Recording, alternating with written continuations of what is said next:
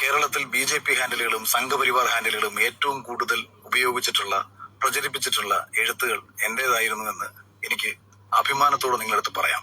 കാരണം ഞാൻ BJPക്ക് വേണ്ടി എഴുതിയതല്ല, എന്റെ രാജ്യത്തിന് വേണ്ടി എഴുതിയ സ്റ്റേറ്റ്മെന്റുകളായിരുന്നു. അതിൽ ആദ്യത്തെ സ്റ്റേറ്റ്മെന്റ് എന്ന് പറയുന്നത്, അതിനു മുമ്പ് ഒരു കാര്യം കൂടെ ഞാൻ പറഞ്ഞോട്ടെ. ഇത് ഒരുത്തരെയും ബോധിപ്പിക്കാനല്ല, പക്ഷെ ഒരാൾക്കെതിരെ അനാവശ്യമായിട്ടുള്ള ഒരു ആരോപണം ഉന്നയിക്കുമ്പോൾ അയാളുടെ സ്റ്റാൻഡ് എന്താണ്, അയാൾ എന്താണ് പറഞ്ഞത് എന്ന് മനസ്സിലാക്കാൻ ബോധമില്ലാത്ത, എനിക്കെതിരെ പച്ചക്കള്ളം എഴുതി പ്രചരിപ്പിച്ച ജനം ടിവിയോടും എനിക്കെതിരെ ഒരു കേസ്, ഒരു പരാതി കൊടുക്കുന്ന സമയത്ത് അടിസ്ഥാനരഹിതമായ കാര്യങ്ങൾ ആ പരാതിയിൽ എഴുതി ചേർത്ത കൊട്ടാരക്കര BJP മണ്ഡലം കമ്മിറ്റിയോടും പരാതി കൊടുക്കുകയോ കേസ് എടുക്കുകയോ പോലീസ് പിടിച്ചകത്തിടുകയോ ഇതൊന്നും എന്നെ സംബന്ധിച്ച് ഒരു പ്രശ്നമുള്ള കാര്യമല്ല. ഹലോ ഗൈസ്, അപ്പം ഈ വിഷയം അഖിൽ മാരാറുമായി ബന്ധപ്പെട്ട വിഷയമാണ്. അഖിൽ മാരാർ എല്ലാവർക്കും അറിയാലോ, ബിഗ് ബോസ് സീസൺ 6 ഒരു കണ്ടസ്റ്റൻ്റ് ആയിരുന്നു അഖിൽ മാരാർ. അന്ന് മുതലേ ഭയങ്കര വിമർശനമാണ് അഖിൽ മാരാർ എല്ലാ കാര്യത്തിലും സംസാരിക്കുമ്പോൾ ഉണ്ടാവല്.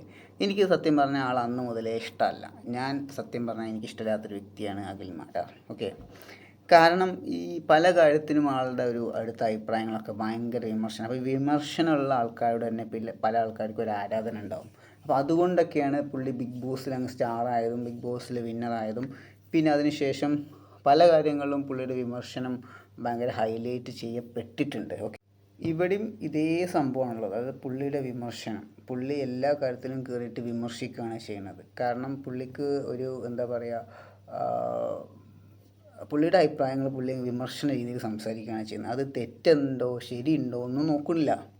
ഓക്കെ, അത് പറയേണ്ട കാര്യമാണോ, അത് നമ്മൾ പറഞ്ഞു കഴിഞ്ഞാൽ അത് പ്രശ്നം ഉണ്ടാവുമോ, അല്ലെങ്കിൽ അത് പറയാൻ പറ്റുന്ന കാര്യമാണോ, ഒന്നും ബോധമില്ലാതെയാണ് ആൾ സംസാരിക്കുന്നത്. അതുകൊണ്ട് തന്നെ ആൾക്ക് നല്ല പണിയും കിട്ടുന്നുണ്ട്. 8ൻ്റെ പണി ഇപ്പം കിട്ടി. അപ്പോൾ ഇപ്പം കിട്ടിയൊരു വാർത്ത എന്താണെന്ന് വെച്ച് കഴിഞ്ഞാൽ, ഇപ്പം ഞാൻ കണ്ട കുറച്ച് വാർത്തകൾ, അഖിൽ മാരാറിനെതിരെ രാജ്യവിരുദ്ധ പ്രസ്താവന ഇറക്കിയെന്ന് പറഞ്ഞിട്ട് കേസ് എടുത്തു. അത് കൊട്ടാരക്കര BJP കമ്മിറ്റിയും ജനം TVയാണ്, ഇത് BJP പാർട്ടീൻ്റെ ആൾക്കാരാണ് കേസ് എടുത്തിട്ടുള്ളത്. അപ്പോൾ സംഭവം എന്താണെന്ന് നോക്കാൻ വേണ്ടി നോക്കുമ്പോൾ ലൈവൊക്കെ ഡിലീറ്റ് ചെയ്തിട്ട്, അതായത് നമ്മളെ ഇന്ത്യ എന്ന രാജ്യം എന്തോ പാകിസ്ഥാനിലെ ഒരു ഒരു ഒരു വിഭാഗമുണ്ട്, ബലൂക്കിസ്ഥാൻ എന്ന് പറയുന്ന സ്ഥലം, വിഭാഗമല്ല ഒരു സ്ഥലം. ആ സ്ഥലത്തുള്ള ആൾക്കാർ അവർക്കൊരു സെപ്പറേറ്റ് രാജ്യം വേണമെന്ന് പറഞ്ഞ് നടക്കുന്ന ആൾക്കാരുണ്ട്. അതായത് ഇപ്പം നിലവിലുള്ള പാകിസ്ഥാനായിട്ട് അവരത്ര നല്ല സുഖത്തിലല്ല. അവർ പണ്ട് മുതൽ സുഖത്തിലല്ല. കാരണം പണ്ട് 1947 സമയത്ത് നമ്മളെ ഇൻഡിപെൻഡൻസ് കിട്ടുന്ന സമയത്ത് പാകിസ്ഥാൻ അവരങ്ങോട്ട് കൂട്ടി അവർ രാജ്യമാക്കി മാറ്റി. അവർ സത്യത്തിൽ വേറൊരു ഇതായിരുന്നു അത്. അപ്പം അതിന് ശേഷം മുതൽ ഇവർ ഫൈറ്റ് ചെയ്തുകൊണ്ടിരിക്കുക, ഞങ്ങൾക്ക് വേറെ രാജ്യം വേണം. അപ്പോൾ എന്തെങ്കിലും അവസരം കിട്ടാൻ നിൽക്കുകയാണ് അവർ കടന്നിട്ട് പ്രശ്നം ഉണ്ടാക്കാൻ വേണ്ടി. ഇപ്പോൾ ഒരു അവസരം കിട്ടി, കാരണം ഇന്ത്യയും പാകിസ്ഥാനും തമ്മിലുള്ള യുദ്ധം കാരണം. അപ്പോൾ അവർ അതിൽ കയറിയിട്ട് എന്ത് ചെയ്യുന്നുണ്ട്, പാകിസ്ഥാനായിട്ടൊരു പ്രശ്നം ഉണ്ടായിക്കൊണ്ടിരിക്കുകയാണ്, ഇന്ത്യ സപ്പോർട്ട് ചെയ്യുന്നുണ്ട്. അപ്പോൾ ഇതുമായി ബന്ധപ്പെട്ട് ഇവിടെ മിസ്റ്റർ അഖിൽ മാരാർ നടത്തിയ ലൈവിൽ എന്താണ് പറയുന്നത് അറിയുമോ? അതായത് ഇന്ത്യക്കാർ വെപ്പൺസും കാര്യങ്ങളൊക്കെ ബലൂക്കിസ്ഥാനിന് കൊടുത്തിട്ട് എന്ത് ചെയ്യാണ്, പാകിസ്ഥാനെ എതിരെ യുദ്ധം ചെയ്യിപ്പിക്കുകയാണ് എന്നുള്ള രീതിയിൽ. ഓക്കെ, അതായത് അവർ സ്വതന്ത്ര സ്ഥാനാർത്ഥികളാക്കാൻ വേണ്ടിയിട്ട്, അതൊക്കെയുള്ള പല രീതിയിലുള്ള കാര്യങ്ങളൊക്കെയാണ് പുള്ളി ലൈവിൽ സംസാരിച്ചിട്ടുള്ളത്. അതായത് ബലൂക്കിസ്ഥാനെ സപ്പോർട്ട് ചെയ്യുകയാണ്, ഇന്ത്യക്കാരെ ഇത് കൊടുത്തിട്ട് അങ്ങനെ യുദ്ധം ഉണ്ടായി, അതായത് പ്രശ്നങ്ങൾ ഉണ്ടാക്കാൻ വേണ്ടിയിട്ട്, യുദ്ധം ഉണ്ടാക്കാൻ വേണ്ടിയിട്ട്, പ്രശ്നങ്ങൾ ഉണ്ടാക്കാൻ വേണ്ടിയിട്ട്, അങ്ങനെയുള്ള കുറേ സംഭവങ്ങളൊക്കെ പറഞ്ഞു കഴിഞ്ഞാൽ, എന്നിട്ട് പറയുക വേറൊരു ലൈവ്, അത് കഴിഞ്ഞിട്ട് അവസാനം ലൈവ്, അതിൽ വന്നിട്ട് പറയാണ് ഞാൻ എൻ്റെ രാജ്യത്തെ സ്നേഹിക്കുന്നു, ഞാൻ അങ്ങനെയല്ല പറഞ്ഞത് ഇങ്ങനെയല്ല പറഞ്ഞത് എന്നൊക്കെ പറഞ്ഞ് വെളുപ്പിക്കാൻ വേണ്ടി കുറേ സംഭവങ്ങൾ. ഞാൻ ആ ലൈവ് മുഴുവൻ ഇരുന്ന് കേട്ടു. അതിൽ ആ ലൈവ് ഇരുന്ന് കേട്ട് കഴിഞ്ഞാൽ നമുക്ക് കറക്റ്റായിട്ട് മനസ്സിലാവും പുള്ളി BJPക്കാരനും അല്ല, കമ്മ്യൂണിസ്റ്റുകാരനും അല്ല, കോൺഗ്രസ്സിന് ഭയങ്കര സപ്പോർട്ട് ചെയ്യുന്ന ആളാണെന്നുള്ളത്. പാർട്ടിയുമായി ബന്ധപ്പെട്ടാണ് എനിക്ക് തോന്നുന്നത്. പൊളിറ്റിക്കൽ ഇതിന് വേണ്ടിയിട്ട് മാത്രം സംസാരിച്ചിട്ടുള്ള ഒരാളായിട്ട് എനിക്ക് തോന്നിയിട്ടുള്ളൂ. രാജ്യത്തിനോട് സ്നേഹമായിട്ട് സംസാരിച്ച ഒരാൾ ഒരിക്കലും അങ്ങനെ സംസാരിക്കില്ല, ഒരിക്കലും സംസാരിക്കില്ല. നമ്മളൊക്കെ, ഞാൻ ഉൾപ്പെടെ ഒരു പാർട്ടിക്കാരനുമല്ല. നമ്മൾ നമ്മളെ രാജ്യത്ത് നിൽക്കുന്നത് കൊണ്ട് രാജ്യത്തിനുള്ള സ്നേഹം, അത് ആര് ഭരിച്ചാലും, ഇനിയിപ്പോൾ കോൺഗ്രസ്സോ BJPയോ കമ്മ്യൂണിസ്റ്റോ ഇനി വേറെ വല്ലതും ഭരിച്ചാലും, നമുക്ക് നമ്മളെ രാജ്യത്തിനോട് ഒരു കൂടും സ്നേഹമുണ്ട്. അപ്പോൾ നമ്മൾ ഒരിക്കലും നമ്മുടെ രാജ്യത്തിനെ വെച്ച് തന്നെ പറയാൻ പാടില്ല. അതും ഇതേ അവസ്ഥയിൽ ഒരു അവസ്ഥ മനസ്സിലാക്കാതെ, ഇപ്പം നമ്മുടെ ഇന്ത്യ നിൽക്കുന്ന ഒരു അവസ്ഥയുണ്ട്, യുദ്ധത്തിൻ്റെ അവസ്ഥ. ആ അവസ്ഥ മനസ്സിലാക്കാതെ, ഇപ്പം ഇല്ല കേട്ടോ, ഉണ്ടായിരുന്നു, ആ അവസ്ഥ മനസ്സിലാക്കാതെ, സിറ്റുവേഷൻ മനസ്സിലാക്കാതെ അങ്ങോട്ട് സംസാരിക്കുകയാണ്. എന്തെങ്കിലുമൊക്കെ ഒന്ന് വിളിച്ച് പറയാം. ആളാവാൻ വേണ്ടിയിട്ട്. ഇതിന് പച്ച മലയാളത്തിൽ പറയുകയാണെങ്കിൽ ആളാവുക എന്നേ പറയാൻ പറ്റുള്ളൂ. അതായത് ആളാവാൻ വേണ്ടിയിട്ട്. പിന്നെ പറയാൻ പറ്റും, കാരണം ഇത് എന്താ പറയുക, നമുക്ക് ഒറ്റയടിക്ക് ഇതിനൊരു ഇത് പറയുകയാണെങ്കിൽ ഇത് പൊളിറ്റിക്കൽ, അതായത് ആളാവുക, പൊളിറ്റിക്സിലാവുക. ഇത് നമുക്ക് എടുത്തു നോക്കിയാൽ എനിക്ക് മനസ്സിലായ കാര്യം, ഇതൊക്കെ മൊത്തത്തിൽ നമ്മൾ നോക്കുകയാണെങ്കിൽ പുള്ളി കോൺഗ്രസ് പാർട്ടീനെ സപ്പോർട്ട് ചെയ്യാൻ വേണ്ടിയിട്ട്, പുള്ളി എന്തോ കൊട്ടാരക്കര മത്സരിക്കാൻ പോകുന്നതൊക്കെ കേട്ടു, എനിക്ക് അറിഞ്ഞൂടെ സത്യമാണെന്നുള്ളത്. അപ്പോൾ ഞാൻ അങ്ങനെ വല്ല സീറ്റ് കിട്ടാൻ വേണ്ടി കോൺഗ്രസ്സിനൊന്ന് ഇതാക്കാൻ വേണ്ടിയിട്ടൊക്കെ സംസാരിച്ച പോലെയാണ് എനിക്കിത് കണ്ടിട്ട് ഓവറോൾ തോന്നിയൊരു കാര്യം. അല്ലാതെ രാജ്യത്തിനോട് സ്നേഹമുള്ള ഒരാൾ ഒരിക്കലും ഇങ്ങനെ സംസാരിക്കില്ല. കാരണം ഇത് നമ്മുടെ രാജ്യമാണ്, നമ്മൾ നിൽക്കേണ്ടത് നമ്മുടെ ഇന്ത്യ രാജ്യത്തിനോടൊപ്പമാണ്. രാജ്യം എന്ത് തീരുമാനം എടുത്താലും അതിനോടൊപ്പം എന്ന് പറഞ്ഞ് നമ്മുടെ മുഖ്യമന്ത്രി വരെ പൂശിട്ടാണ്. രാഹുൽ ഗാന്ധി ഉൾപ്പെടെ എല്ലാവരും സപ്പോർട്ടായിരുന്നു. അപ്പോൾ ആ സമയത്ത് മിസ്റ്റർ അഖിൽ മാരാർ, എവിടെയോ ഇരിക്കുന്ന അഖിൽ മാരാർ, കേരളത്തിൻ്റെ മൂലയിൽ എവിടെയോ ഇരിക്കുന്ന അഖിൽ മാരാർ കടന്ന് ഇങ്ങനെ ഒരു സംസാരിച്ചാൽ ഉറപ്പായിട്ട് അത് രാജ്യവിരുദ്ധം തന്നെ. ആൾക്കാർ ഇങ്ങനെ ഇതിനെതിരെ സംസാരിച്ചിട്ടുണ്ട്. അഖിൽ മാരാർ, അതുപോലെ റിയാസ്, പിന്നെ കുറേ സെലിബ്രിറ്റി ആൾക്കാർ, ഒരുപാട് ആൾക്കാർ. സത്യം പറഞ്ഞാണ്ടല്ലോ, വിവേകം ഇല്ലാത്ത ആൾക്കാരാണ് ഇവരൊക്കെ. എന്തോ സെലിബ്രിറ്റിയാണ് ഒക്കെയാണ്, പക്ഷെ ഉണ്ടല്ലോ അവസ്ഥയിൽ മനസ്സിലാക്കാതെ, സിറ്റുവേഷൻ മനസ്സിലാക്കാതെ സംസാരിക്കുന്ന ആൾക്കാരാണ്. ഒരു വിവരമുള്ള മനുഷ്യൻ ഒരിക്കലും ഇങ്ങനെ ചെയ്യൂല. ഒരു വിവരമുള്ള മനുഷ്യൻ ഒരിക്കലും അവസ്ഥ മനസ്സിലാക്കാതെ സംസാരിക്കില്ല. രാജ്യത്തിനോടൊപ്പം നിൽക്കേണ്ട അവസ്ഥയിൽ രാജ്യത്തിനോടൊപ്പം തന്നെ നിൽക്കണം. ആ സമയത്ത് വിമർശിക്കാനോ കുറ്റം പറയാനോ പറ്റില്ല. പിന്നെ ഇന്ദിരാഗാന്ധിനെ സപ്പോർട്ട് ചെയ്തിട്ട് അഖിൽ മാരാർ കുറേ കാര്യങ്ങൾ പറഞ്ഞു. എനിക്കും ഇഷ്ടമായിരുന്നു ഇന്ദിരാഗാന്ധിയെ, കാരണം നല്ല സ്ട്രോങ് അയൺ ലേഡി ആയിരുന്നു ആൾ. പക്ഷേ ആ സമയത്ത് അവരല്ല ഇപ്പോൾ ഇന്ത്യൻ്റെ കൂടെ ഉള്ളത്. അതുപോലെ തന്നെ ആ സമയത്തുള്ള അവസ്ഥയല്ല ഇപ്പോൾ ഇന്ത്യക്കുള്ളതും പാകിസ്ഥാനുള്ളതും. ആ സമയത്ത് പാകിസ്ഥാൻ ആണവായുധം ഒരു തേങ്ങ ഉണ്ടായിരുന്നില്ല. ഇപ്പം അങ്ങനെയല്ല, നമുക്ക് ഭയക്കേണ്ട ഒരു അവസ്ഥയും കൂടെ ഉണ്ട്. പിന്നെ യുദ്ധം അവസാനിപ്പിച്ചതിലുള്ള സങ്കടം അഖിൽമാറിനുണ്ടോ എന്ന് കൂടി എനിക്ക് തോന്നുന്നുണ്ട്. കാരണം പുള്ളി ഒരു കാര്യം പറയുന്നുണ്ട്, നിങ്ങൾ ആ ലൈവ് എടുത്ത് നോക്കിയാൽ മനസ്സിലാവും.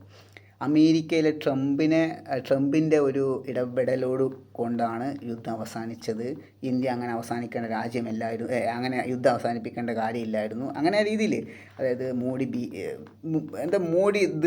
സായിപ്പന്മാരെ ഷൂ നിൽക്കുന്ന ആളാണ് എന്നുള്ള രീതിയിലൊക്കെയാണ് എനിക്ക് തോന്നിയിട്ടുള്ളത്. അതായത് ഇൻ്റർമീനിങ് കൊടുത്തിട്ടുണ്ട് പല രീതിയിൽ അതിന്. അത് നമുക്ക് ആ ലൈവ് എടുത്ത് നോക്കിയാൽ മനസ്സിലാക്കാൻ പറ്റും. അത് ഭയങ്കരധികം ഒരു ഇൻ്റർമീനിങ് ആണ് ആൾ കൊടുത്തിട്ടുള്ളത്. അതായത് ഒരു കോൺഗ്രസ്സുകാരെ സുഖിപ്പിക്കാൻ വേണ്ടി സംസാരിച്ച കാര്യങ്ങളായിട്ട്. നമുക്ക് ലൈവ് എടുത്ത് ശരിക്കും നോക്കി കഴിഞ്ഞാൽ ആ രീതി തന്നെ അഖിൽമാർ സംസാരിച്ചിട്ടുള്ളത്. അഖിൽമാർ ഒരു കാര്യം ഓർക്കണം, അന്നത്തെ ഇന്ത്യ അല്ല ഇപ്പോഴത്തെ ഇന്ത്യ, അന്നത്തെ പാകിസ്ഥാനല്ല ഇപ്പോഴത്തെ പാകിസ്ഥാൻ. അവർക്ക് ആണവായുധം കുറേ ഉണ്ട്, നമുക്കുണ്ട്. അതുപോലെ തന്നെ പല അവസ്ഥയിലും അന്ന് ഇന്ത്യ എവിടെയായിരുന്നു ഉണ്ടായിരുന്നത്, ഇന്ത്യയുടെ എക്കണോമി എവിടെയായിരുന്നു, ഇന്ത്യയുടെ സിറ്റുവേഷൻ എവിടെയായിരുന്നു. ഇപ്പോൾ ഇന്ത്യ പാകിസ്ഥാനായിട്ട് യുദ്ധത്തിന് പോയാൽ ഇന്ത്യ ജയിക്കുകയൊക്കെ സത്യമാണ്. പക്ഷെ അത് എത്ര ആൾക്കാർ മരിക്കും, എന്തെല്ലാം നഷ്ടങ്ങളാണ്. ഇപ്പോൾ തന്നെ ട്രേഡ് പെർസെൻറ്റേജ് കുറഞ്ഞിട്ടുണ്ട്, ട്രേഡിങ് പെർസെൻറ്റേജ് ഒക്കെ പക്ക താഴെ പോകും. അതുപോലെ ഇന്ത്യയുടെ എക്സ്പോർട്ട് ഇമ്പോർട്ടിനെ ബാധിക്കും, ഇന്ത്യയിലെ ജനങ്ങളെ ബാധിക്കും. യുദ്ധം അവസാനിക്കണം എന്ന് എല്ലാവർക്കും അതാണ് ആഗ്രഹം. അത് ആരുടെ ഇടപെടലുണ്ടായാലും ശരി, ഇല്ലെങ്കിലും ശരി. പിന്നെ ഇതിൽ ഏതൊരു യുദ്ധത്തിലും നമുക്ക് കടുത്തൊരു തീരുമാനം എടുക്കാൻ പറ്റില്ല. എടുത്തു കഴിഞ്ഞാൽ അവിടെ അപകടമുണ്ട്. ഞാനത് റിപ്പീറ്റ് ചെയ്ത് പറയുകയാണ്, പണ്ട് ഹിരോഷിമയിലും നാഗസാക്കിയിലും സംഭവിച്ച അതേ കാര്യം സംഭവിച്ചാൽ നമുക്ക് പറയാൻ പറ്റില്ലല്ലോ. യുദ്ധം പോയി കഴിഞ്ഞാൽ പാകിസ്ഥാൻ എന്ന രാജ്യം നമുക്കറിയാം ഭീകരവാദികളുള്ള രാജ്യമാണ്. അവിടെ ഒരുപാട് ടെററിസ്റ്റുകളുള്ളതാണ്. അതിൽ ഒരാൾക്ക് ഇതുപോലെ ഒന്ന് തോന്നിക്കഴിഞ്ഞാൽ മതി, ഒരാൾ തീരുമാനിച്ചാൽ മതി. അവിടെ ആർമിയുടെ ഭരണമാണ് കൂടുതൽ. അതിൽ ഒരുത്തൻ്റെ തല തിരിഞ്ഞാൽ മതി, നമ്മളൊന്നും ഉണ്ടാവില്ല. അതുകൊണ്ട് ഇന്ത്യക്ക് എപ്പോഴും ഈ സ്റ്റാൻഡിലേ പോകാൻ പറ്റത്തുള്ളൂ. ഓക്കെ, ഇന്ത്യ ഒരിക്കലും യുദ്ധം ആഗ്രഹിച്ചിട്ടില്ല, അത് ഇന്ത്യ സംസാരിച്ചിട്ടുമുണ്ട്. അപ്പോൾ അതുകൊണ്ട് ആ സ്റ്റാൻഡിൽ തന്നെ ഇന്ത്യക്ക് പോകാൻ പറ്റത്തുള്ളൂ.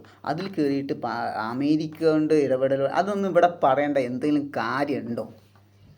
ഞാൻ ഒറ്റ കാര്യം എന്തിട്ടുള്ളൂ, ഇടപെട്ടാലും ഈ കാര്യം ഒന്ന് അവസാനിച്ചാൽ മതി എന്നുള്ളത്. കാരണം യുദ്ധം എപ്പോഴും ഒരു ബാഡായിട്ട് ഒരു ഇമ്പാക്റ്റാണ് കൊടുക്കുകയുള്ളൂ. അതത്ര നല്ല കാര്യമില്ല യുദ്ധം കൊണ്ട് രണ്ട് രാജ്യത്തിനും നഷ്ടമാണ് എല്ലാ അർത്ഥത്തിലും. യുദ്ധം ആഗ്രഹിക്കാൻ പാടില്ല സത്യത്തിൽ. പാകിസ്ഥാൻ നമ്മുടെ നാട്ടിൽ വന്നിട്ട് ഈ ഭീകരാക്രമണം ആദ്യത്തെ തവണ എന്നല്ല ഉണ്ടാക്കിയിട്ടുള്ളത്, പല തവണ ഉണ്ടാക്കിയിട്ടുണ്ട്. ഓക്കെ, ഇത് 2008 നടന്നു മുംബൈ ആക്രമണം. അതുപോലെ തന്നെ ഇപ്പോൾ നടക്കുന്ന 25 മുമ്പുണ്ട്. ഓക്കെ, ഇപ്പം ഞാനത് ഹിസ്റ്ററി നോക്കിയിട്ടില്ല, അതുകൊണ്ട് എനിക്ക് അതിനെ കൂടെ അറിഞ്ഞുകൂടാ.